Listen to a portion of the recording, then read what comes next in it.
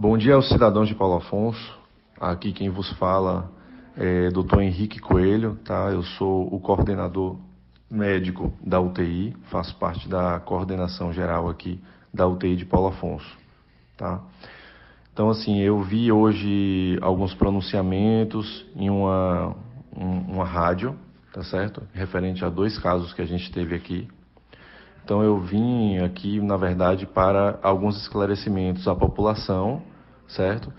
E tentar desmistificar um pouco algumas informações que foram passadas de uma maneira, no mínimo, errada em relação ao funcionamento da UTI. Olha, eu vim para cá tem 1 mês, eu vim para cá no intuito de abrir essa UTI e uma das premissas básicas que eu informei à empresa foi justamente a de que eu não permaneceria aqui, certo? Se eu não pudesse exercer plenamente o que se deve fazer dentro de uma UTI. Então, caso não tivessem recursos, nem do ponto de vista humano, nem do ponto de vista de equipamentos ou de medicações, eu não abriria essa UTI, não faria parte do time dessa UTI. Quando eu cheguei em Paulo Afonso, eu cheguei aqui no sábado, averiguei toda a UTI, todas as máquinas e equipamentos que tiveram aqui dentro, tá? Então, eu abri a UTI num domingo, no dia 16 de agosto, tá certo? E abri essa UTI no dia 16 de agosto, sabendo que teria todas as máquinas aqui, foi exatamente o que aconteceu. Quando eu cheguei aqui, estava tudo equipado, inclusive com alguns equipamentos que eu não tenho disponível em outra UTI que eu trabalhava em Salvador. Tá? Então, essa ideia de que a UTI não está equipada, isso aí não é verdade. A UTI está equipada com monitores e ventiladores em todos os leitos. Nós temos hemodiálise aqui, um serviço de hemodiálise dedicado. Nós temos ecocardiograma, ultrassom na beira do leito, geradores de marca-passo, entre outras coisas também. Tá certo? Então, assim, não existe nenhum paciente clínico que não possa ser tratado aqui dentro dessa UTI. Em relação a esses 2 casos, vamos desmistificar algumas coisas. O Covid é uma doença grave e mata bastante. Prova disso é o que a gente vê, que o índice de óbito é alto, seja aqui, nos Estados Unidos, no Japão, na Inglaterra ou qualquer lugar desse planeta. Tá? Independentemente do nível de suporte que se tenha, do luxo que se tenha, ou, enfim, equipamentos auxiliares que se tenha dentro de uma UTI, tá? O Covid mata muito. Existem capitais do Nordeste onde a taxa de sucesso e óbito está sendo mais ou menos de 15 altas para 90 óbitos. Então, essa história de que o Covid não mata, não é verdade. O Covid mata muito, independentemente do que a gente faça, muitas vezes. Então, esses 2 pacientes que vieram foram pacientes que já chegaram aqui num quadro clínico muito grave, inclusive um deles já fazendo insuficiência renal, distúrbios ácido básico muito intensos, tá? E muitas vezes esses pacientes, eles já entram aqui, que foi o caso desses 2, já entram com uma taxa de óbito acima de 90%. Temos ferramentas e escalas para calcular essas taxas de sucesso e óbito. E esses 2 pacientes, ao entrarem aqui pelos exames laboratoriais e pelo quadro clínico, já tinham uma taxa de óbito acima de 90%.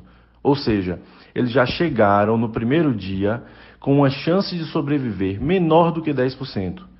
Fizemos o possível, demos suporte ventilatório adequado, sedamos, demos suporte dialítico para quem precisou de suporte dialítico, tentamos todas as estratégias ventilatórias disponíveis, tá certo? Todas as medicações que deveriam ser feitas foram feitas. Fizeram infecções associadas à ventilação mecânica, fizeram infecções de corrente sanguínea, tratamos todas as infecções, fizeram embolia pulmonar, diagnosticamos e tratamos a embolia pulmonar e todas as complicações relacionadas ao Covid foram tratadas. As famílias desses 2 pacientes foram muito bem instruídas sobre o quadro clínico, sobre as complicações e sobre as pequenas chances de sucesso. Tá certo?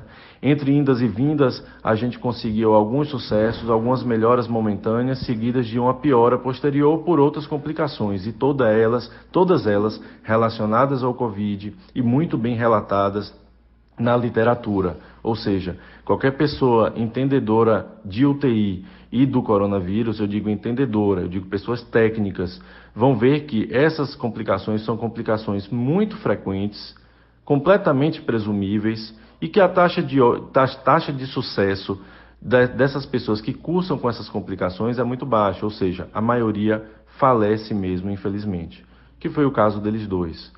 Então, assim, eu me sinto realizado e aliviado por ter dado esse nível de suporte a esses pacientes.